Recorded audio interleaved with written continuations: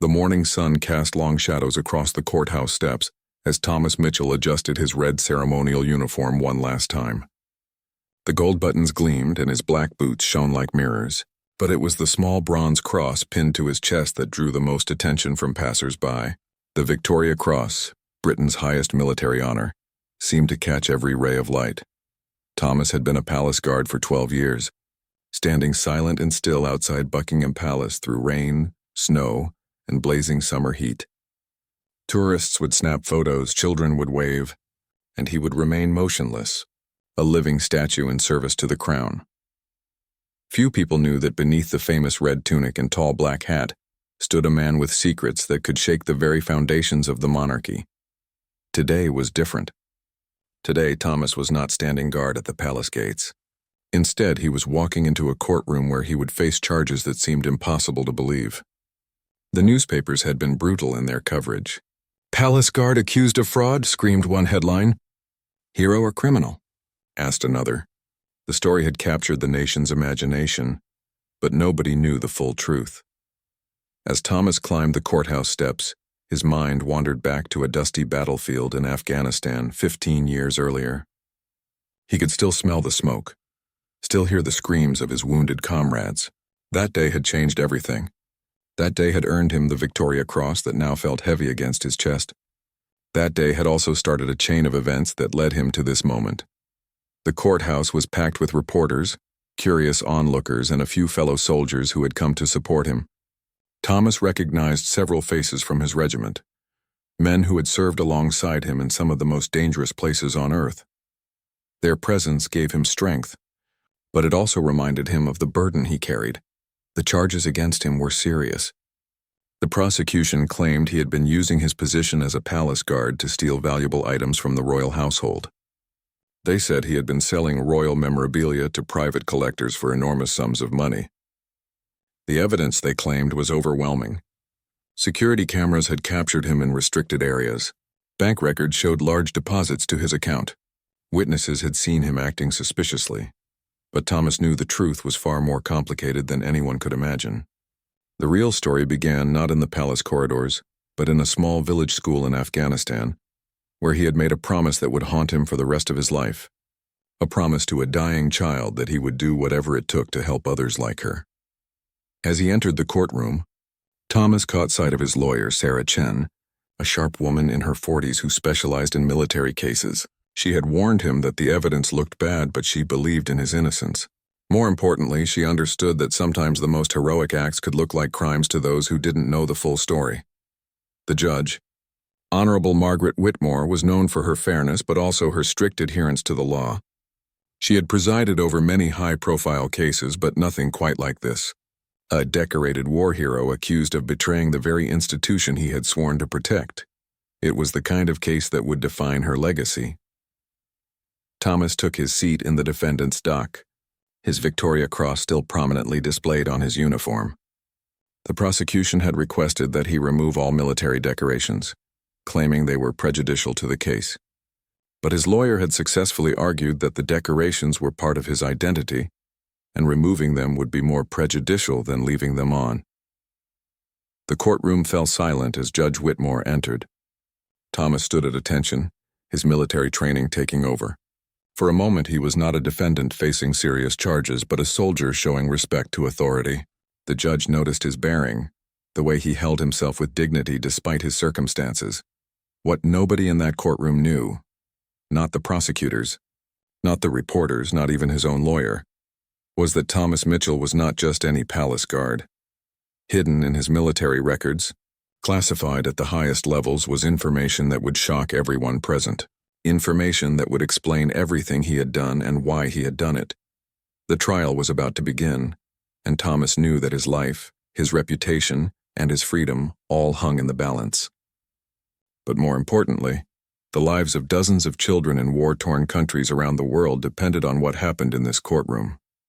Children who had no idea that their survival had been secretly funded by a man they would never meet. A man willing to risk everything to keep a promise made on a battlefield half a world away. As the charges were read aloud, Thomas closed his eyes and remembered the words of the little girl in Afghanistan. Her name was Amira, and she had been only 7 years old when the bomb destroyed her school.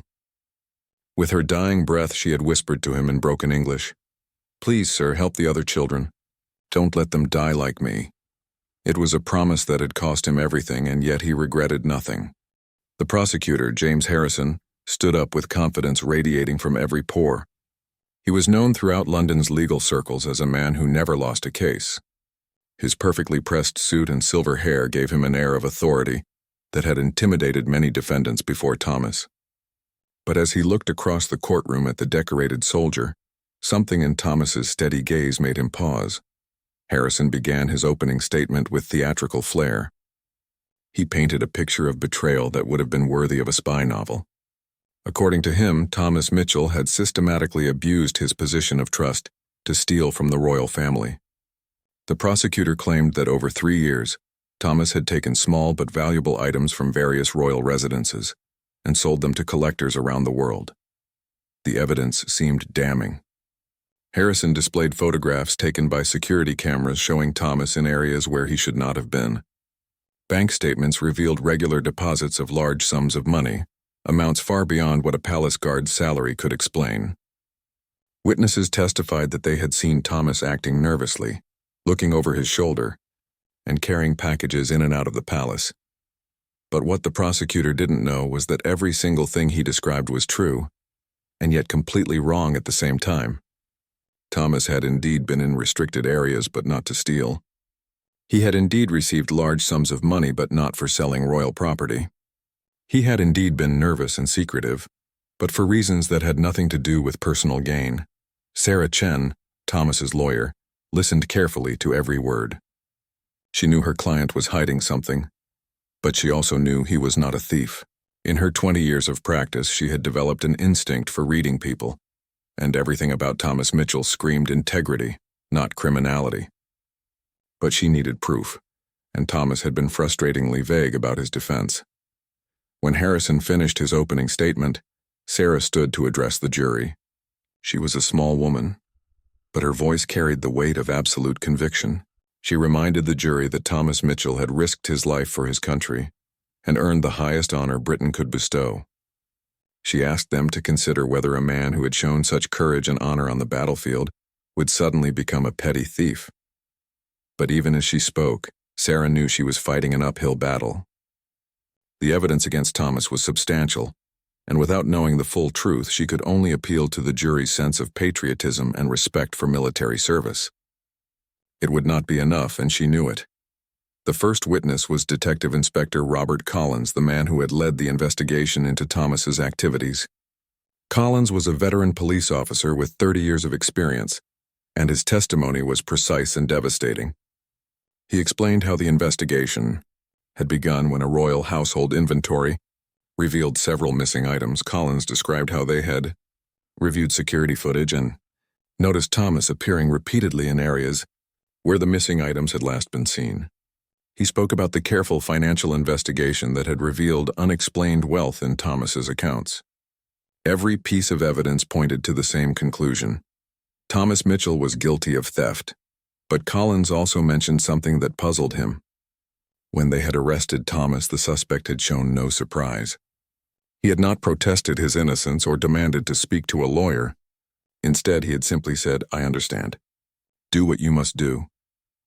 It was not the reaction Collins had expected from a guilty man, nor from an innocent one. During cross-examination, Sarah pressed Collins on this point. She asked him to describe Thomas's demeanor during the arrest, his cooperation with the investigation, and his behavior in custody. Collins admitted that Thomas had been completely compliant, almost as if he had been expecting to be arrested. Sarah also questioned Collins about the nature of the missing items. They were not the most valuable things in the royal collection, not crown jewels or priceless artworks. Instead, they were smaller items, ceremonial swords, historical documents, military medals from various periods. It seemed an odd selection for someone motivated by greed. The detective had no explanation for this pattern. In his experience, thieves usually went for the most valuable items they could find. The selection of objects that had disappeared from the royal household suggested either very poor judgment or a very specific purpose. As Collins left the witness stand, Thomas watched him go with something that looked almost like sympathy. The detective had done his job well, following the evidence where it led. He had no way of knowing that the evidence told only half the story, the visible half, while the truth remained hidden in classified files and secret bank accounts in countries most people had never heard of. The prosecution's case continued with testimony from royal household, staff who had noticed Thomas in unusual locations. A housekeeper testified that she had seen him in the royal library during his off-duty hours. A security guard reported that Thomas had been in the armory when he should have been at his post. Each witness added another piece to the puzzle of apparent guilt. But Thomas knew that if they could see the complete picture, they would understand. Every restricted area he had visited, every item that had disappeared, every secret meeting he had attended, it was all part of a mission that had nothing to do with personal enrichment and everything to do with saving lives. The trial was proceeding exactly as Thomas had expected it would. The evidence was overwhelming because he had made no effort to hide his activities. He had known that eventually someone would notice. He had known that his carefully constructed double life would collapse. But he had hoped to have more time to complete his mission before that happened. As the day's proceedings ended, Thomas was escorted back to his cell. That night, he stared at the ceiling and thought about the children whose lives hung in the balance. Every day he spent in court was another day that medical supplies were not reaching refugee camps, that schools were not being rebuilt, that orphanages were not receiving the funding they desperately needed. He had kept his promise to Amira, but at what cost? Soon the judge would demand that he explain his actions, and when that moment came, he would have to decide whether to reveal secrets that could endanger not just himself, but an entire network of people working to help children in war zones around the world. The second day of the trial brought more damaging testimony. The prosecution called Margaret Thornton, the royal household's chief curator, a woman who had devoted her life to preserving Britain's royal heritage. She took the stand with visible emotion, clearly feeling personally betrayed by what she believed Thomas had done. Thornton explained her role in maintaining the vast collection of historical artifacts housed in various royal residences. She spoke with passion about each missing item, describing their historical significance and cultural value. A ceremonial sword carried by King George III during his coronation, a set of military medals awarded to Victorian-era heroes, historical documents signed by monarchs from centuries past. As she spoke, tears formed in her eyes. These were not just objects to her. They were pieces of Britain's soul, irreplaceable links to the nation's history. The thought that someone entrusted with protecting these treasures had stolen them was almost too much for her to bear. Sarah Chen watched the jury carefully during Thornton's testimony. She could see the impact the curator's words were having. Several jurors were visibly moved by her obvious pain and dedication. The prosecution was building a powerful emotional case alongside their factual evidence. But Sarah also noticed something else. Thomas was watching Thornton with what looked like genuine sympathy. There was no guilt in his expression, no shame at being confronted by one of his alleged victims. Instead, he seemed sad for her distress, as if he wished he could explain something that would ease her pain. During cross-examination, Sarah tried to minimize the damage. She asked Thornton about the security measures in place at the royal residences, suggesting that the thefts might have been committed by someone other than Thomas. But Thornton's responses were devastating. The security footage clearly showed Thomas in the relevant areas at the relevant times. Sarah also questioned whether all the missing items had actually been stolen. Could some have been relocated for conservation purposes? Could there have been administrative errors in the inventory system? But Thornton was certain these items were gone, and the evidence pointed to Thomas Mitchell as the thief. The next witness was even more damaging. David Richardson was an antique dealer who specialized in military memorabilia.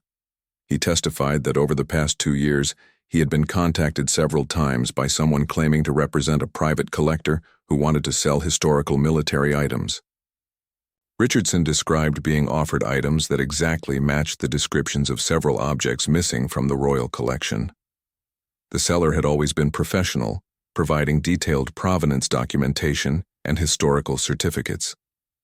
The prices asked had been reasonable, not the inflated amounts one might expect from stolen goods.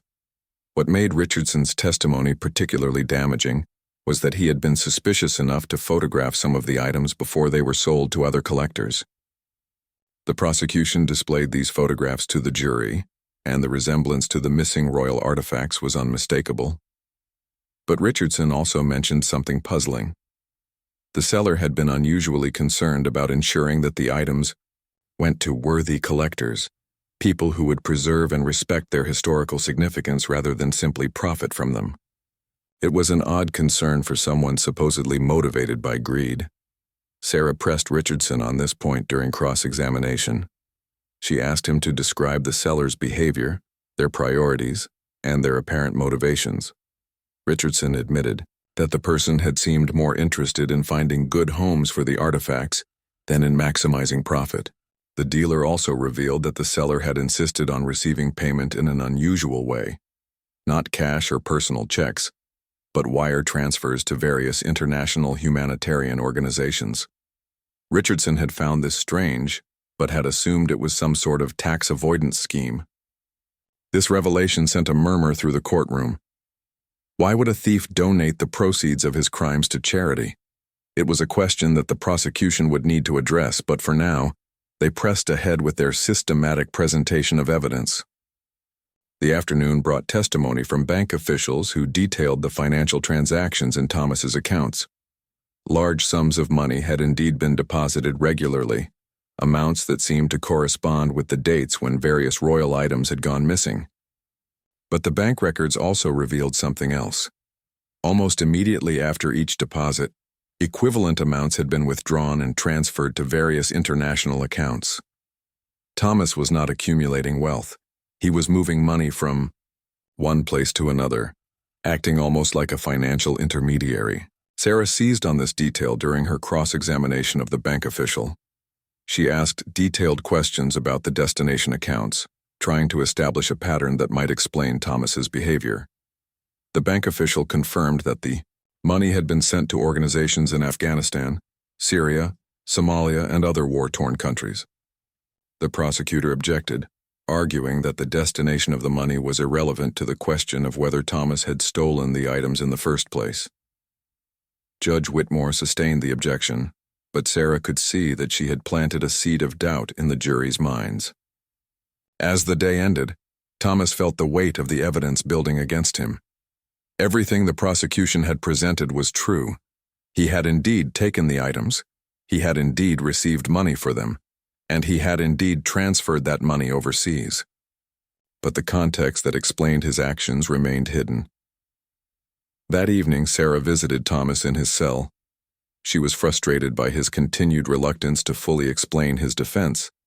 She knew there was more to the story, but without his cooperation, she was fighting blind. Thomas looked at his lawyer with tired eyes. He wanted to tell her everything, but he was bound by promises and obligations that went far beyond his own freedom. The network of people who had helped him channel resources to children in need included current and former military personnel, intelligence operatives, and humanitarian workers. Revealing the truth could endanger all of them. Sarah pleaded with him to trust her.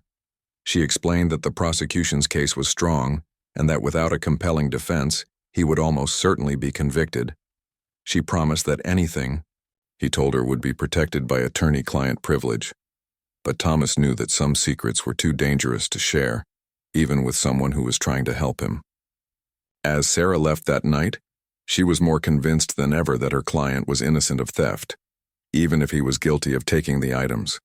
But she also knew that legal innocence and moral innocence were not the same thing in the eyes of the law. Without the full truth, she might not be able to save him from a conviction that would destroy his life and dishonor his service to the country. The third day of the trial brought an unexpected development.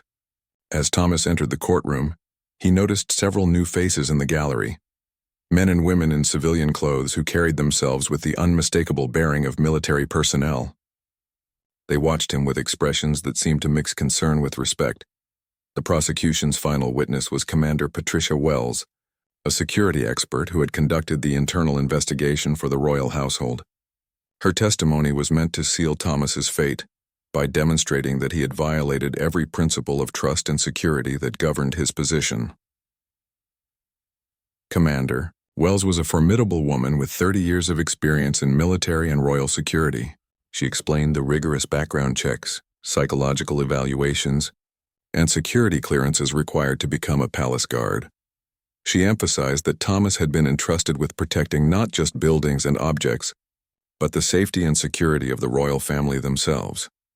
Her testimony painted Thomas's actions as not just theft, but betrayal of the highest order. She spoke about the sacred trust placed in palace guards, the oath they swore to protect the crown, and the devastating impact that Thomas's alleged crimes had on the security protocols of the entire royal household. But during cross-examination, Sarah Chen began to probe deeper into Thomas's background and qualifications. She asked Commander Wells to describe Thomas's service record, his decorations, and his reputation among his fellow guards. The commander was forced to admit that until the investigation began, Thomas had been considered exemplary in every respect. Sarah then asked about the circumstances that had led to Thomas receiving the Victoria Cross.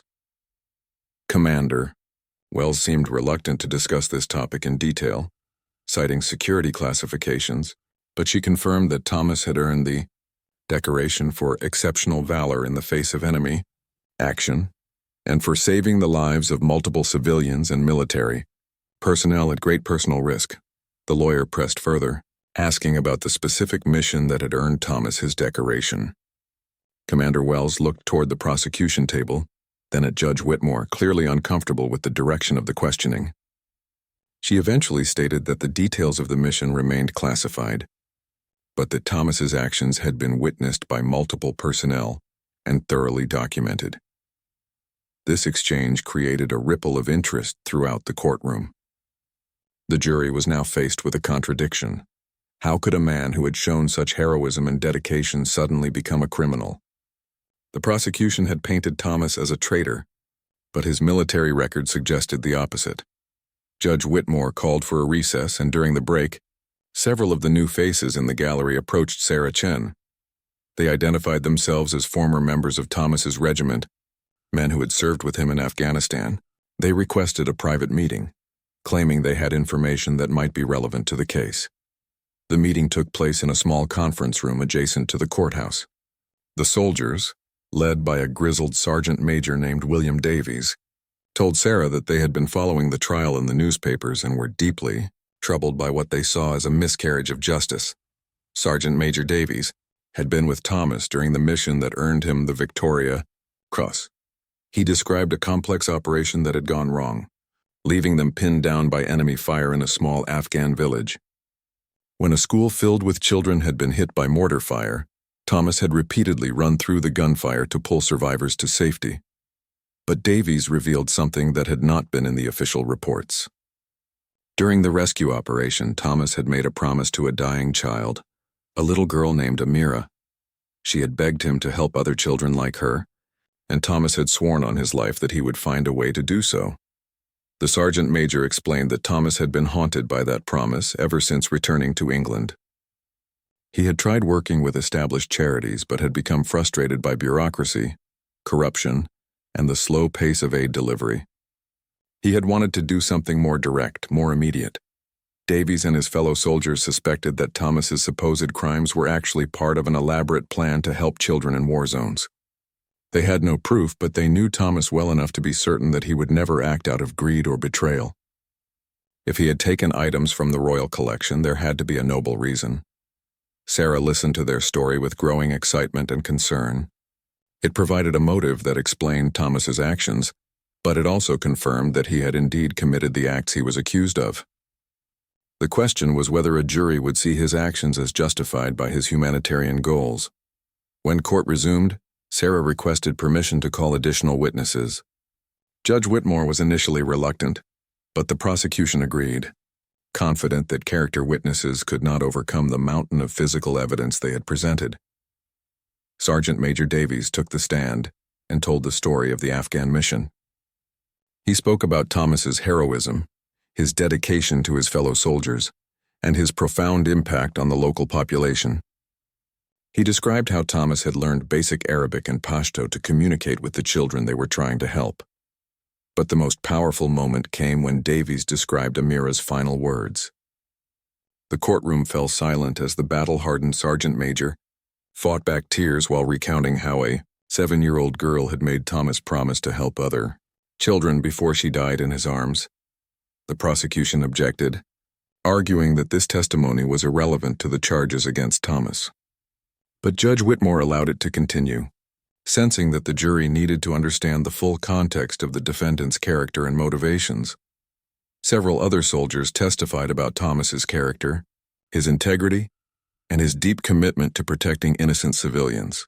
They painted a picture of a man driven not by greed or ambition, but by an overwhelming sense of duty to keep a promise made to a dying child. As the day ended, the atmosphere in the courtroom had shifted dramatically. The prosecution's case remained strong on the facts. Thomas had clearly taken the items and received money for them. But the defense had introduced reasonable doubt about his motivations and character. That evening, Thomas sat in his cell and thought about his former comrades who had risked their own reputations to speak for him. He felt both grateful and guilty, grateful for their loyalty but guilty that they were now involved in his troubles. He wondered if their testimony would be enough to make a difference, or if the weight of evidence would still crush him. The trial was reaching its crucial phase, and Thomas knew that soon he would have to make the most difficult decision of his life. Would he maintain his silence and accept whatever verdict came, or would he reveal the truth and potentially endanger the lives of countless children and the people who were helping them? The fourth day of the trial began with an atmosphere of anticipation. Word had spread through London's legal community about the dramatic testimony from Thomas's former comrades, and the courtroom was packed with observers, including several individuals whose presence seemed to make the prosecution team nervous. Judge Whitmore called the court to order and announced that the defense would begin presenting its case. Sarah Chen stood up, knowing that this was her last chance to save her client. She had spent the previous evening reviewing every document, every piece of evidence, looking for any angle that might create reasonable doubt. Her first witness was Dr. Emily Harrison, a child psychologist who specialized in treating war trauma. Dr. Harrison had never met Thomas personally, but she had studied the psychological impact of combat experiences on soldiers, particularly those who had witnessed harm to children during their service. Dr. Harrison explained how soldiers who had made promises to dying children often experienced a form of survivor's guilt that could drive them to extraordinary actions. She described cases where veterans had dedicated their entire lives to fulfilling such promises, sometimes at great personal cost. The psychologist's testimony helped the jury understand how a moment of trauma could shape a person's entire life trajectory. She explained that for someone like Thomas, who had held a dying child and made a solemn promise, the obligation to fulfill that promise could become more important than personal safety, financial security, or even legal consequences. The prosecution objected repeatedly during Dr. Harrison's testimony, arguing that psychological theories could not excuse criminal behavior. But Judge Whitmore allowed the testimony to continue, recognizing its relevance to understanding the defendant's state of mind and motivations. Sarah's next witness was Father Michael O'Brien, a Catholic priest who ran a refugee assistance organization. He had never met Thomas either, but he testified about the challenges facing individuals who wanted to provide direct humanitarian aid in war zones. Father O'Brien explained how legitimate charitable organizations often struggled with bureaucracy, government restrictions, and corruption that prevented aid from reaching those who needed it most. He described how some well-meaning individuals had turned to unofficial channels to ensure that their assistance actually reached its intended recipients. The priest spoke about the moral complexities faced by people who discovered that following legal procedures sometimes meant that help would arrive too late to save lives. He suggested that sometimes good people were forced to choose between following the law and following their conscience. During cross-examination, the prosecutor pressed Father O'Brien about whether he was advocating for people to break the law in pursuit of charitable goals. The priest carefully responded that he was not advocating anything, but simply explaining the moral dilemmas that some individuals faced. The most dramatic moment of the day came when Sarah called her final witness, Thomas Mitchell himself. The defendant had finally agreed to testify, despite his lawyer's warnings about the risks involved. As he walked to the witness stand, his Victoria Cross caught the light, a reminder of the heroism that had brought him to this point. Thomas took the oath and sat down, his military bearing evident even in the witness chair. Sarah began with basic questions about his background, his military service, and his assignment as a palace guard. Thomas answered in a clear, steady voice, showing none of the nervousness that often affected defendants who chose to testify. When Sarah asked about the mission that earned him the Victoria Cross, Thomas's demeanor changed slightly. His voice became softer, more emotional, as he described the attack on the Afghan village and the desperate rescue operation that followed. Thomas told the jury about Amira in his own words. He described how she had been trapped under debris from the bombed school, how he had worked frantically to free her while under enemy fire, and how she had died in his arms despite his efforts to save her. The courtroom was completely silent as Thomas recounted Amira's final words. She had whispered to him in broken English, asking him to help other children like her who had no one to protect them. She had made him promise, and he had given his word as a soldier and as a human being. Thomas explained how that promise had haunted him after his return to England. He had tried to volunteer with established charities, but had become frustrated by how little of the donated money actually reached the children who needed help. He had seen reports of aid supplies sitting in warehouses while children starved, of bureaucratic delays that cost lives. When Sarah asked him directly about the missing royal artifacts, Thomas paused for a long moment. Then, looking directly at the jury, he confirmed that he had taken them. The admission sent a ripple through the courtroom, but Thomas continued without hesitation. He explained that he had not acted alone. Through his military contacts, he had connected with a network of former soldiers, intelligence operatives, and humanitarian workers who shared his frustration with conventional aid channels.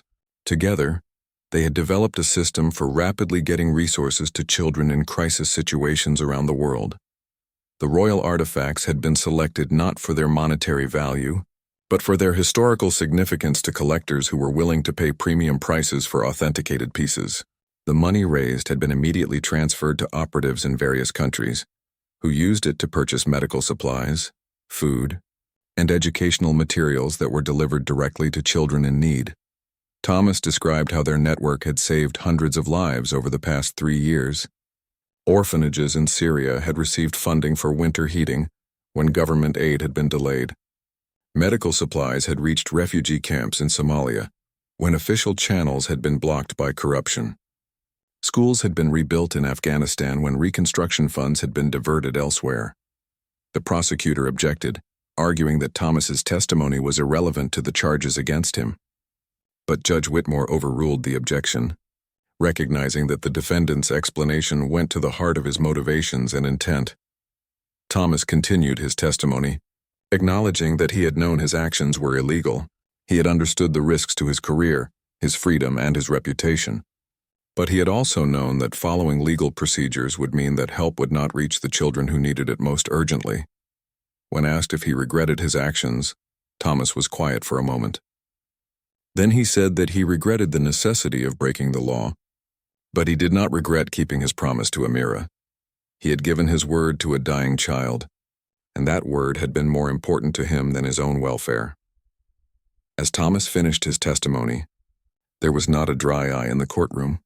The jury had heard a confession, but it was a confession that revealed nobility rather than criminality, sacrifice rather than selfishness.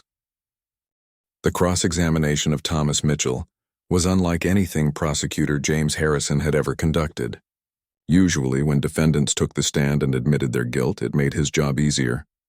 But Thomas's confession had somehow made the case more complicated rather than simpler. Harrison approached Thomas with visible frustration.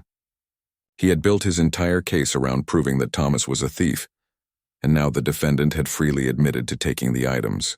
But instead of appearing guilty, Thomas seemed more sympathetic than ever.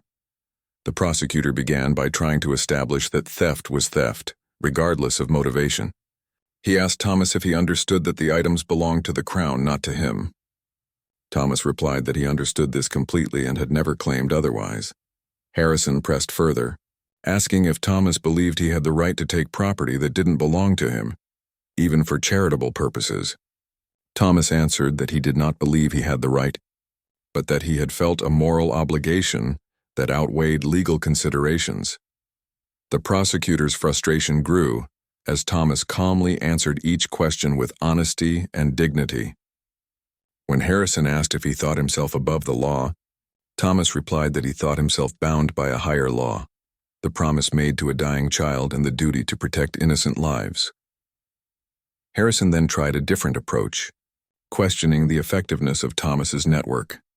He suggested that the defendant might have been deceived by criminals who had convinced him his money was going to charity when it was actually being pocketed by fraudsters.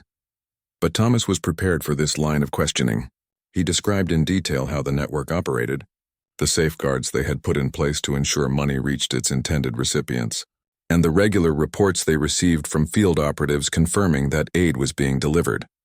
Thomas pulled out a small notebook from his pocket and began reading specific examples. A clinic in Afghanistan that had received funding for antibiotics that saved 12 children from pneumonia.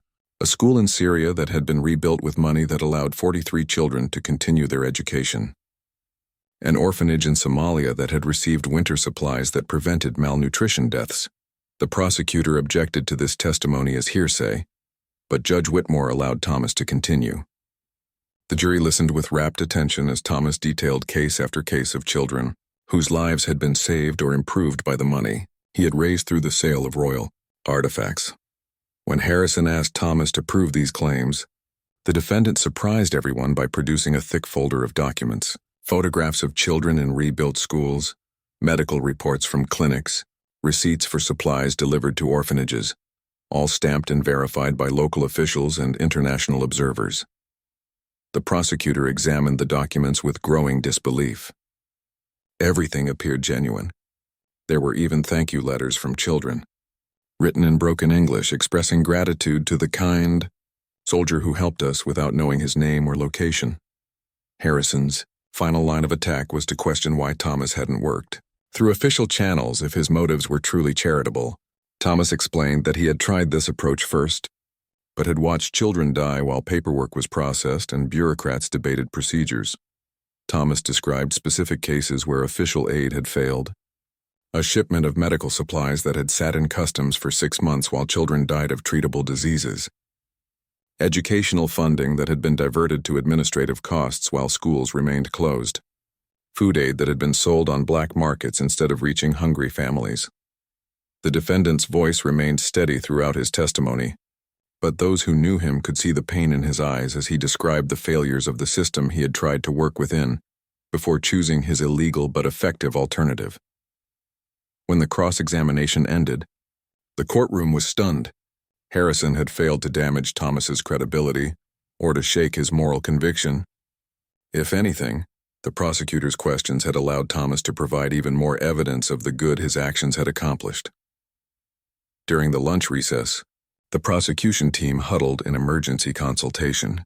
Their case had proven that Thomas was technically guilty of theft, but the trial had revealed a truth that made conviction seem almost cruel. They were prosecuting a war hero who had sacrificed his freedom to save children's lives. When court resumed, both sides presented their closing arguments. Harrison did his best to focus on the law, reminding the jury that good intentions could not excuse criminal acts. He argued that if people were allowed to steal for charitable purposes, the entire legal system would collapse. But his argument sounded hollow after Thomas's testimony.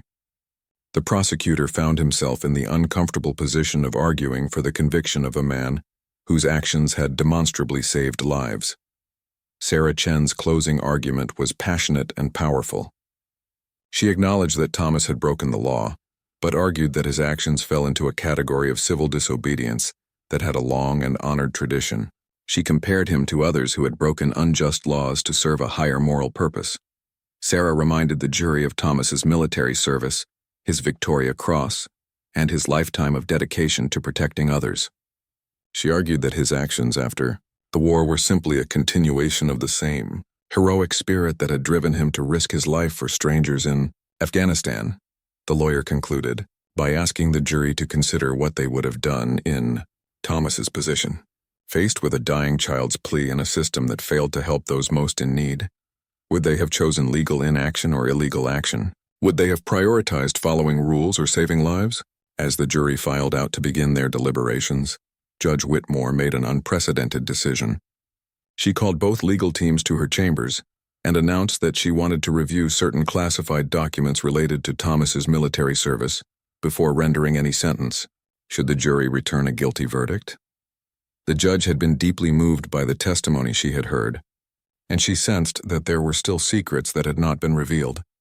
She suspected that Thomas Mitchell was not just any palace guard, and that his background might contain information that would be relevant to the court's final decision. That evening, as Thomas waited in his cell for the jury's verdict, he felt a strange sense of peace. He had finally told his story, had finally explained the promise that had driven him to risk everything. Whatever happened next, he had honored Amira's memory and had given voice to the hundreds of children whose lives had been saved by his actions. The trial that had begun as a simple case of theft had become something much more complex and profound. It had raised questions about the nature of justice, the obligations of conscience, and the price of keeping promises made to the dying. The jury deliberated for 18 hours across 2 days. During that time, the story of Thomas Mitchell had spread far beyond the courthouse walls. News outlets around the world picked up the tale of the palace guard who had confessed to theft in order to save children's lives. Public opinion was deeply divided between those who saw him as a criminal and those who viewed him as a hero. On the morning of the third day, the jury announced they had reached a verdict. As Thomas was led into the courtroom, he noticed that the gallery was even more crowded than before. Among the familiar faces of reporters and observers, he spotted several people he had not expected to see. Commander Patricia Wells was there, along with other members of the Royal Household Security Team. More surprisingly, several individuals in expensive suits sat in the front row, people whose bearing suggested high-level government positions. Thomas wondered what had drawn such important figures to a simple theft trial. Judge Whitmore entered the courtroom and called for order. She announced that before the verdict was read, she had some preliminary matters to address. What she said next stunned everyone present. The judge revealed that during the jury's deliberation, she had received classified briefings about Thomas Mitchell's military service that had not been previously disclosed to the court. With the permission of the relevant government authorities, she was now prepared to share some of this information. Judge Whitmore explained that Thomas's service in Afghanistan had been far more extensive and significant than anyone had realized. His Victoria Cross had been awarded not for a single act of heroism, but for sustained operations over several months that had saved dozens of military and civilian lives. More importantly, the judge revealed that Thomas had been recruited by military intelligence for special operations work following his decorated service. He had spent 3 years working undercover in various conflict zones, gathering information and coordinating humanitarian assistance in areas where conventional aid could not reach. The judge's voice carried a note of amazement as she continued. Thomas Mitchell was not just a palace guard who had stolen royal artifacts. He was a decorated war hero, an intelligence operative, and someone who had continued his humanitarian work even after officially leaving the military. The classified documents revealed that Thomas's network was actually a semi-official operation that had been quietly supported by elements within the British government. Military intelligence had been aware of his activities and had occasionally provided assistance, recognizing that his methods, while technically illegal, were achieving results that conventional diplomatic channels could not match. Judge Whitmore explained that Thomas's assignment to the Palace Guard had not been random. He had been placed there specifically because his position would provide him with access to certain resources and because his reputation for integrity would help maintain the operation's security. The courtroom erupted in shocked murmurs as the implications of this revelation sank in. Thomas had not been a rogue operator acting alone. He had been part of a carefully orchestrated effort to help children in war zones, an effort that had saved hundreds of lives over the past several years. The judge called for order and announced that the jury's verdict would now be read. The foreman stood up, his face grave with the weight of the decision they had reached. In a clear voice, he announced, "On the charge of theft from the royal household, we find the defendant guilty." The verdict hit the courtroom like a thunderbolt. Despite everything they had learned about Thomas's motivations and the good his actions had accomplished, The jury had concluded that he had indeed committed the crime he was charged with, but the foreman was not finished. He continued, "However, the jury wishes to make a recommendation for the most lenient sentence possible, given the extraordinary circumstances of this case and the defendant's demonstrated commitment to helping others." Judge Whitmore nodded solemnly and thanked the jury for their service. She then announced that sentencing would be postponed for 1 week, while she considered all the factors that had been brought to her attention. As the court adjourned, Thomas was approached by several of the government officials who had been sitting in the front row. They identified themselves as representatives from the Ministry of Defense and the Foreign Office. Speaking quietly, they informed him that certain arrangements were being made and that he should not despair about the verdict. Over the next week, behind-the-scenes negotiations took place at the highest levels of government. The Prime Minister was personally briefed on Thomas's case, as was the royal family. The revelation that a palace guard had been using his position to fund humanitarian operations had created a delicate political situation that required careful handling. When sentencing day arrived, the courtroom was packed once again. Judge Whitmore took her place and looked directly at Thomas as she began to speak. She acknowledged that she faced an unprecedented situation, a defendant who was technically guilty of a serious crime but whose actions had been motivated by the highest moral principles. The judge spoke about the nature of justice and the difference between legal guilt and moral culpability. She noted that Thomas had shown no personal gain from his actions and had, in fact, sacrificed his career and freedom to help others. Judge Whitmore then announced her sentence. Thomas Mitchell was sentenced to 2 years in prison, suspended for 5 years, contingent on his agreement to perform community service working with veterans organizations and children's charities. But there was more. The judge revealed that the royal family, having been fully briefed on the circumstances of the case, had decided to pardon Thomas for his crimes against the crown. Furthermore, they were establishing a new official charitable foundation that would channel resources to help children in conflict zones around the world. The judge announced that Thomas had been invited to serve as the foundation's first director, a position that would allow him to continue his humanitarian work through legal channels. His expertise and network of contacts would be invaluable in ensuring that aid reached those who needed it most. As the court session ended, Thomas stood in amazement at the turn of events. He had entered the courthouse as a disgraced palace guard facing prison time, and he was leaving as the director of a royal charity with the backing of the government he had served his entire adult life. The story of Thomas Mitchell became legendary in legal circles and beyond. It raised important questions about the nature of justice, the obligations of conscience, and the ways in which good people sometimes find themselves forced to choose between following laws and following their hearts. Years later, Thomas would often think about Amira, the 7-year-old girl whose dying words had changed the course of his life. Her request for help had led him down a path that nearly destroyed him, but ultimately allowed him to help thousands of children around the world. The promise made to a dying child in a war-torn Afghan village had been kept, though not in the way anyone could have expected. Sometimes, Thomas reflected, the most important truths cannot be found in law books or government regulations, but only in the human heart and the commitments we make to protect those who cannot protect themselves.